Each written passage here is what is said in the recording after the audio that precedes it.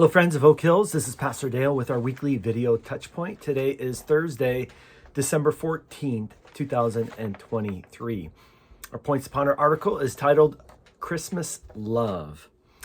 In the announcements about the birth of Christ, we hear the promises of blessing from God. From the angels to the shepherds, we hear of good news of great joy and on earth peace among men. Gabriel told Joseph that Jesus will save his people from their sins. For Mary, Gabriel highlighted the kingship of Jesus when he says, of his kingdom, there will be no end. The Old Testament prophecies emphasize these similar blessings: God with us, joy, peace, a righteous king who reigns forever and ever. There's one Christian blessing, however, that doesn't get the same attention as joy and peace and hope and this eternal kingdom. That blessing is love. Christmas also is about God's love for his people. The Bible speaks about God's love for his people in a variety of ways. Most prevalent, and probably what is on your mind, is the sacrificial love of God in the death of Christ. Romans 5:8 clearly states this when Paul writes, "But God shows his love for us in that while we were still sinners, Christ died for us." Therefore, God's love is most frequently associated with Easter, not necessarily Christmas. We have other depictions of God's love in the Bible, however. One is of marriage. God betroths himself to his people, and the new heavens is pictured as a marriage supper celebration between God and his people. In the Old Testament, this marriage union is spoken of as between God and Israel. In the New Testament, it is Christ and the church. Now, God is one, therefore, his bride is one. There are not two brides for God, as if God the Father has Israel and Christ the Son has the church. The Father and the Son are one, therefore Israel and the church are one. There's one bride for God. One of the places the marriage of God and his people is celebrated is Psalm 45. This psalm is a celebration of the marriage between the king and his bride. Perhaps it was even composed as a wedding song for the wedding day. The language of the psalm, however, far transcends what would be appropriate for a normal human marriage between two humans. The king is extolled as, quote, the most handsome of the sons of men, close quote, and blessed by God forever. His kingdom is celebrated as an eternal kingdom marked by righteousness. The bride is described as all glorious, dressed in magnificent robes. She is led to the king with her companions. With joy and gladness, they are led along as they enter the palace of the king. Now, while David, or maybe even Solomon, with his bride, may have enjoyed a joyous marriage union, this psalm ultimately celebrates God's marriage to his people. So where is the Christmas love in this psalm? Well, love is explicitly mentioned in the psalm title, that portion of text that appears in our Bibles before verse 1, that perhaps you and I often skip.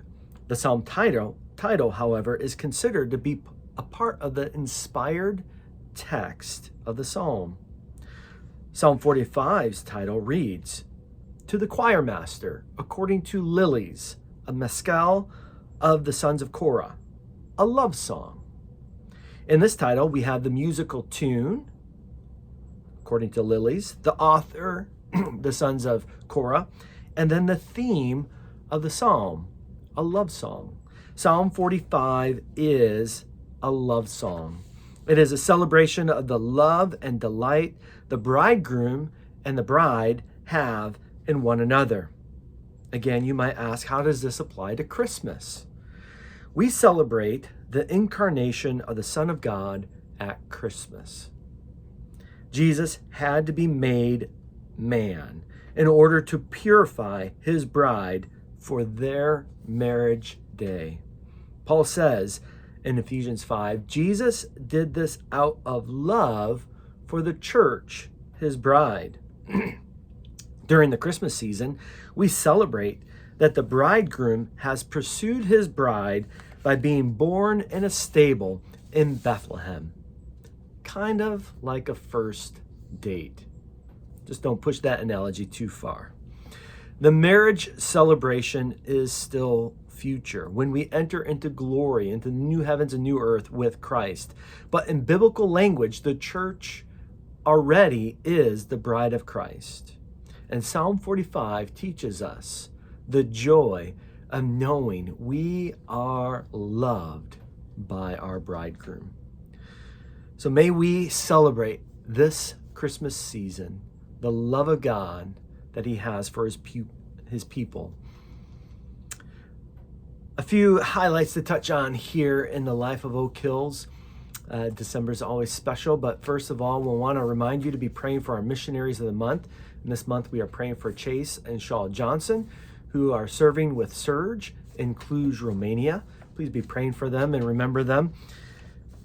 For Christmas celebration, we have two significant events at Oak Hills. First of all is this Sunday, December 17th, our annual church family Christmas reception.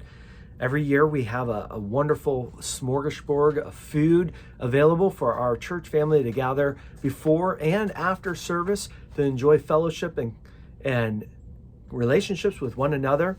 The food is going to be delicious and the time is great. And so come early on Sunday, plan to stay and linger a little longer after service and enjoy that fellowship with your church family this Sunday before and after service. And then we have our annual Christmas Eve candlelight service in the evening of Christmas Eve. So Christmas Eve is a Sunday. We'll have our normal worship service on Sunday morning at 10:30. But in the evening at 6 p.m., we will have our candlelight lessons and carols service. And so we will hear the story of the birth of Christ retold from Scripture and celebrate it with traditional Christmas carols that direct our hearts to the joy of the Christmas season. And close the service with candlelight singing together. And so I would love for you to be a part of that if you're in town. I know some of you travel. So Christmas Eve, 6 p.m. at church. And just on that note, just to make you aware, our Sunday school is on break until January 14th. And so we take a break during the holidays. No Sunday school before service, but worship service every Sunday at 10:30. And then lastly, just to remind you and encourage you to be praying for year-end giving. Like most nonprofits, Oak Hills is dependent on special year-end gifts from our church family. And every year God has really blown me away by the generosity of the people of the church. I marvel at God's work of grace in our midst and how God provides and meets the financial needs of our church. And this year is no different. We are looking to have a special offering given this month, and that goes above and beyond our normal average giving to help us close the gap and close our fiscal year in the black, to use that term. But we would love to be able to have sufficient funds to continue on the ministry and the work effort of our church.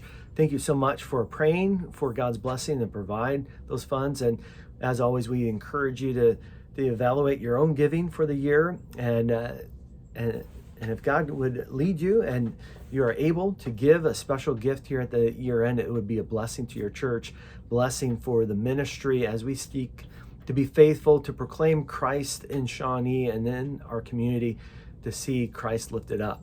So thank you for being part of that. Well, I thank you for joining me this day for our Touchpoint. I look forward to worshiping with you soon and celebrating Christmas and Advent with you. God bless.